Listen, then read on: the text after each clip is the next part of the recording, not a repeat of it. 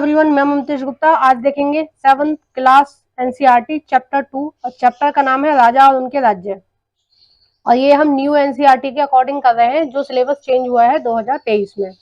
इसके first chapter के मैंने क्वेश्चन आंसर नहीं कराए हैं, क्योंकि उसमें मुझे ऐसा कुछ बहुत ज्यादा इंपॉर्टेंट नहीं लगा। बाकी मैंने थ्योरी कराई है, आप चैनल पर जाकर देख सकते हैं, प्ले लिस्ट बनी हुई है सारी चीजों की। ठीक है, एक बार आप विजिट करिए और प्ले लिस्टों को खोल कर देखिए। आइए शुरू करते हैं। क्वेश्चन नंबर 1, मान्यखेत किस राजवंश की राजधानी थी? ए राष्ट्रकूट, बी चोल, सी पाल, डी गुज्जर प्रतिहार। तो इसका सही आंसर हो जाएगा ए राष्ट्रकूट। नेक्स्ट देखते हैं, एलोरा गुफाओं का निर्माण किसने किया? ए राष्ट्रकूट, बी चोल, सी चेर, डी पाल। तो इसका सही आंसर हो जाएगा ए राष्ट्रकूट। देखो, एलिफेंटा गुफाओं का निर्माण भी राष्ट्रकूटों ने ही किया था। ठीक है ना। और ये महाराष्ट्र के आसपास के इलाकों में है ये दोनों ही गुफाएं, एलोरा और एलिफेंटा दोनों। क्योंकि जो राष्ट्रकूट थे, इनका साम्राज्य कहाँ था? इनका साम्राज्य भी जो महाराष्ट्र है और महाराष्ट्र के आसपास के इलाकों को मिलाकर था। ठीक है। नेक्स्ट देखते हैं क्वेश्चन नंबर 3, त्रिपक्षीय संघर्ष का क्या कारण था? ए दिल्ली, बी कन्नौज, सी बंगाल, डी मान्यखेत।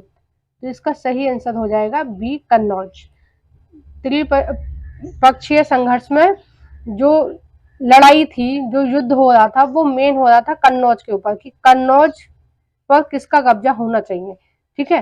नेक्स्ट देखते हैं क्वेश्चन नंबर 4, त्रिपक्षीय संघर्ष में कौन सा राजवंश शामिल नहीं था? देखिए, त्रिपक्षीय संघर्ष में 3 राजवंश थे और एक शामिल नहीं था। अब इनमें से 3 कौन कौन से हैं जो शामिल थे? पहला है राष्ट्रकूट, ये बिल्कुल सही है, महाराष्ट्र के आसपास मैंने आपको बताया इनका राजवंश था। बी पाल, ये इनका बंगाल के आसपास इनका राज्य था।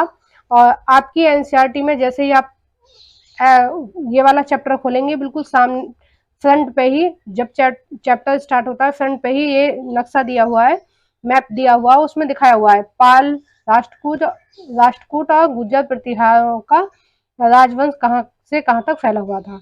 ठीक है। तो ये तीनों तो शामिल थे, लेकिन चोल नहीं थे। चोल कहाँ थे? चोल थे तमिलनाडु में, दक्षिण भारत में थे। ठीक है।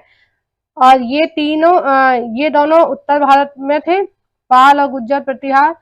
नहीं, गुज्जर प्रतिहार उत्तर भारत में, और ये राष्ट्रकूट मध्य भारत के लगभग थे, और ये जो पाल थे ये पूर्वी भारत में थे। नेक्स्ट देखते हैं क्वेश्चन नंबर 5, चहमान राजवंश कहाँ था? ए गंगा घाटी, बी नर्मदा घाटी, सी गोदावरी घाटी, डी इनमें से कोई नहीं। तो इसका सही आंसर है ए गंगा घाटी। देखिए, जो चहमान थे उनका कुछ शासन तो राजस्थान में था और कुछ दिल्ली के इलाकों में, ठीक है, वहां तक था इनका शासन। यानी कि गंगा घाटी का मतलब है कि गंगा और उसकी सहायक नदियां जहां पर बह रही हैं, वहां पर चहमानों का राजवंश था। नेक्स्ट देखते हैं क्वेश्चन नंबर 6, कावेरी नदी के किनारे कौन सा राजवंश था? ए चोल, बी चेर, सी पांडे, डी चालुक्य। तो इसका जो सही आंसर हो जाएगा वो हो जाएगा ए चोल। चोल जो राजवंश था, उसकी जो स्थापना हुई थी वो कावेरी नदी के डेल्टा में हुई थी। और ये डेल्टा कहाँ पर है? ये है तमिलनाडु में, दक्षिण भारत में सबसे नीचे की तरफ आएंगे तो तमिलनाडु है, दक्षिण भारत के बिल्कुल दक्षिणी छोर पर है। ठीक है ना। और इसके तमिलनाडु के पूर्वी छोर पर जो कावेरी नदी है वो डेल्टा बनाती है, और वहां पर ही चोल राजवंश की स्थापना हुई थी। नेक्स्ट देखते हैं क्वेश्चन नंबर 7, कल्हण की पुस्तक राज तरंगिणी कहाँ का इतिहास बताती है? ये बहुत ज्यादा इंपॉर्टेंट क्वेश्चन है, मैंने बहुत बार देखा है ये, बीएड के एंट्रेंस में भी देखा है, सीटेट में भी देखा है, एसएससी में भी देखा है। ये बहुत बार क्वेश्चन पूछा जाता है कि कल्हण, कई बार पूछ लिया जाता है कि राज तरंगिणी किसने लिखी, या कई बार पूछा जाता है कि कल्हण ने कौन कौन सी पुस्तक लिखी। और कई बार ये पूछ लिया जाता है, जो मैंने इस क्वेश्चन को बनाया है जिस तरह से, कि कल्हण की पुस्तक राज तरंगिणी कहाँ का इतिहास बताती है?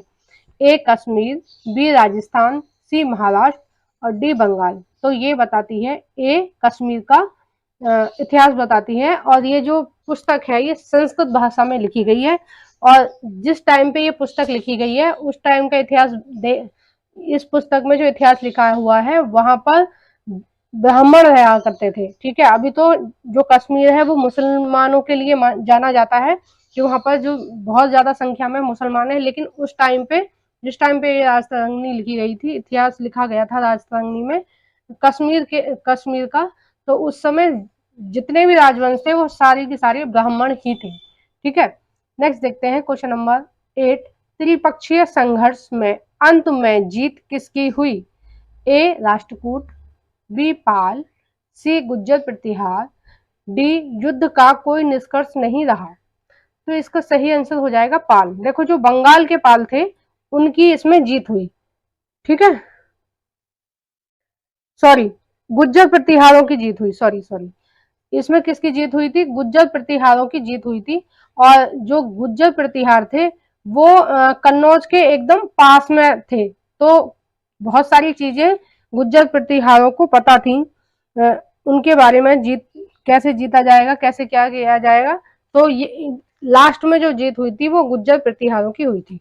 नेक्स्ट देखते हैं क्वेश्चन नंबर 9। 1191 ईस्वी में तराइन के प्रथम युद्ध में किसकी जीत हुई? ए पृथ्वीराज द्वितीय, बी मोहम्मद गौरी, सी महमूद गजनवी, डी अल बरूनी। देखिए ये टाइपिंग मिस्टेक हो गई है और ये द्वितीय नहीं आएगा, ये जो पृथ्वीराज तृतीय आएगा। ठीक है, ठीक है, पृथ्वीराज थर्ड, ये उस समय थे पृथ्वीराज थर्ड थे। और ये चौहान वंश के थे, यानी कि चौहान और चौहान, कहीं चौहान लिखा हुआ है कहीं चौहान लिखा हुआ है, लेकिन दोनों का मतलब एक ही है। तो ये चौहान राजवंश के थे। और तराइन में जो युद्ध हुआ था वो मोहम्मद गौरी और पृथ्वीराज चौहान तृतीय के बीच हुआ था, और इसमें जो जीत हुई थी वो पृथ्वीराज चौहान की हुई थी।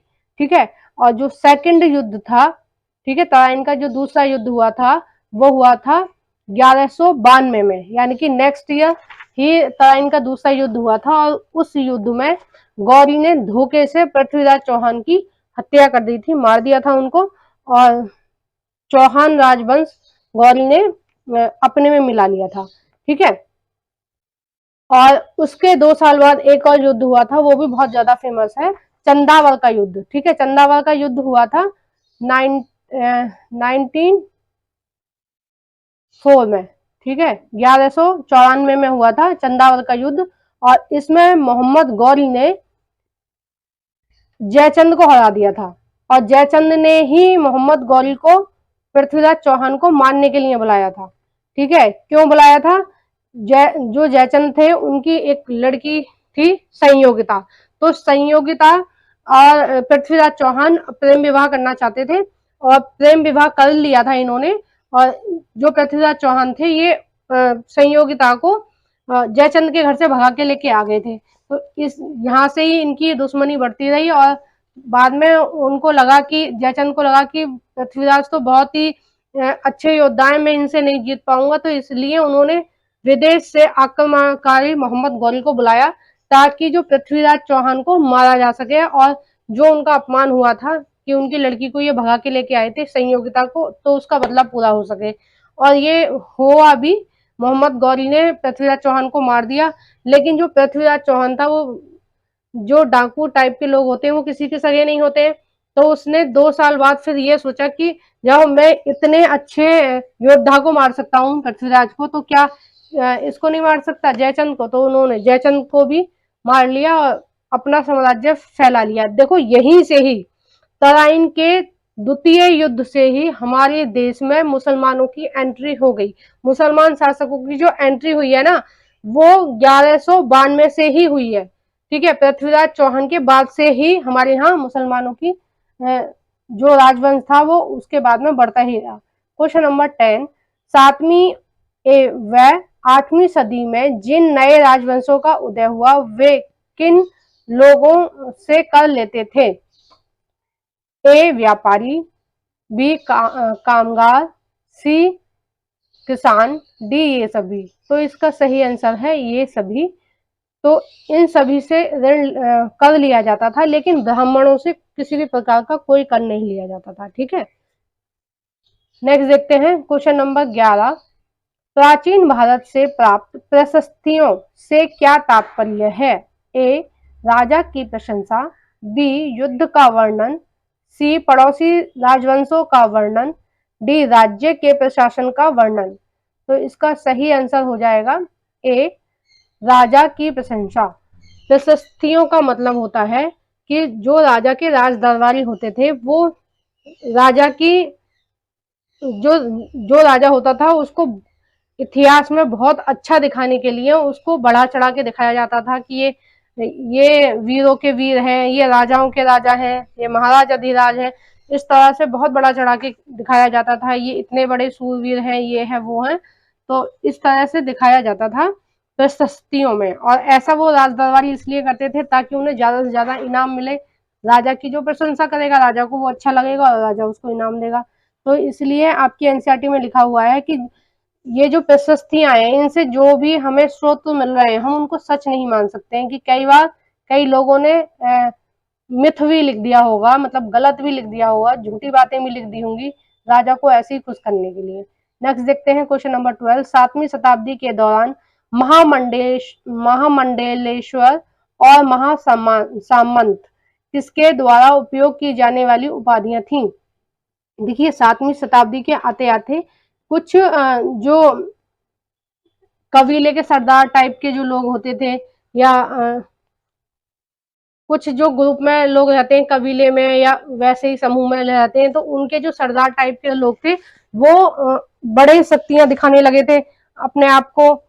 और जो उस टाइम के जो राजवंश थे उनको इस तरह की उपाधियां देते थे। तो ये जो उपाधियां दी जाती थी ये सामंत या मातहत को दी जाती थी, मातहत को दी जाती थी। ठीक है, सामंत या मातहत एक ही बात होती है, इनको दी जाती थी। नेक्स्ट देखते हैं क्वेश्चन नंबर 13। राष्ट्रकूट शासक दंतीदुर्ग के बारे में कौन सा कथन सही है? ए ये चालुक्य के सामंत थे, बी इसने इसने चालुक्य की सत्ता उखाड़ फेंकी, सी इसने हिरण्यगर्भ नामक एक यज्ञ कराया था, डी उपर्युक्त सभी सही हैं। तो 13 का जो सही आंसर हो जाएगा वो हो जाएगा 4, ये बिल्कुल सही है। और देखिए जो हिरण्यगर्भ नाम का जो अनुष्ठान होता था पहले, ये उनके लिए होता था जो लोग जन्म से ब्राह्मण वो सॉरी क्षत्रिय नहीं होते थे।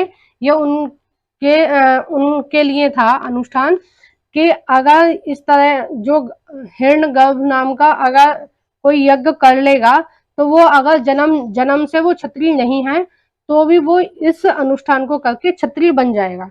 ठीक है, तो इसलिए जो राजा क्षत्रिय नहीं होते थे, जो लोग क्षत्रिय नहीं होते थे और वो राजा बनने की इच्छा रखते थे, वो ये राजा बनने के बाद इस तरह के अनुष्ठान करा लेते थे और इस तरह के अनुष्ठान करने के लिए क्षत्रिय करके क्षत्रिय बन जाते थे। देखिए क्षत्रिय होना पहले बहुत ज्यादा जरूरी था राजा बनने के लिए। ठीक है, ये बोला गया था हमारे वेद पुराणों में कि जो क्षत्रिय है उसको अधिकार है राजा बनने का, बाकी के जो और जातियां हैं उनको नहीं है। तो इसलिए कुछ लोग जैसे ब्राह्मण हैं या शूद्र हैं, कोई भी जिनके पास ताकत थी, जिनके पास इतना साहस था, हिम्मत थी या इंटेलिजेंट थे कि वो पूरे पूरे राज्य को संभाल सकें, तो बाद में वो अपनी सत्ता स्थापित करने के बाद में ये हिरण्यगर्भ नाम का यज्ञ कराते थे।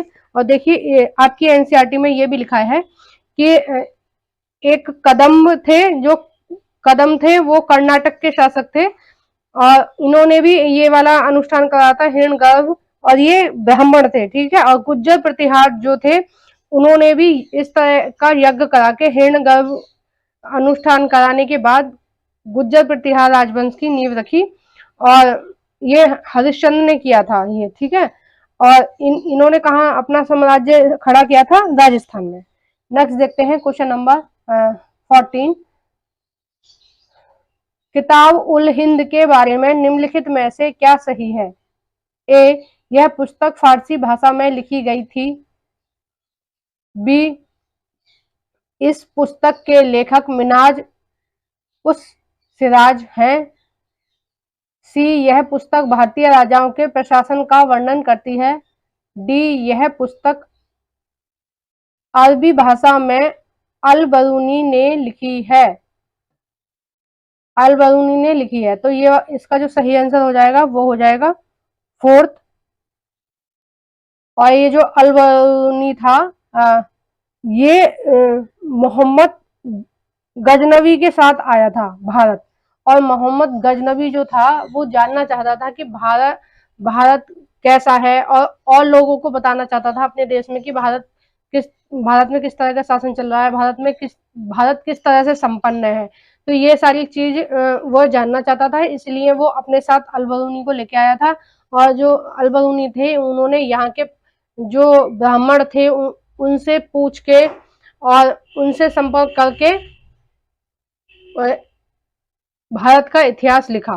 ठीक है, और जो ये पुस्तक है अल-बरूनी की किताब उल हिंद, इसमें भारत की संपन्नता को दर्शाया गया है। Thank you for everyone. आपको मेरी वीडियो कैसी लगी है प्लीज कमेंट बॉक्स में बताइए। मेरी वीडियो को जरूर से लाइक कर दीजिए। जो भी फ्रेंड आपके फ्री में एनसीईआरटी पढ़ना चाहते हैं प्लीज उनके साथ इस वीडियो को शेयर कर दीजिए। और मैंने हर एनसीईआरटी की 7th 6th 7th 8th की ज्योग्राफी भी करा रखी है, उसकी प्लेलिस्ट बना रखी है, थ्योरी की भी और क्वेश्चन आंसर सीरीज की भी प्लेलिस्ट बना रखी है। और ये हमारा हिस्ट्री का पार्ट चल रहा है, इसका हमने 8th क्लास का कंप्लीट कर लिया है और अब हम 7th क्लास का कर रहे हैं, उसके बाद हम 6th क्लास का करेंगे। तो सब सारी चीजों की प्लेलिस्ट बनी हुई है, आप प्लीज जाकर चैनल पर देखें और उससे आपको बहुत हेल्प मिलेगी। आप किसी भी एग्जाम की तैयारी कर रहे हैं या फिर आप 7th 6th में पढ़ते हैं। Thank you for watching everyone.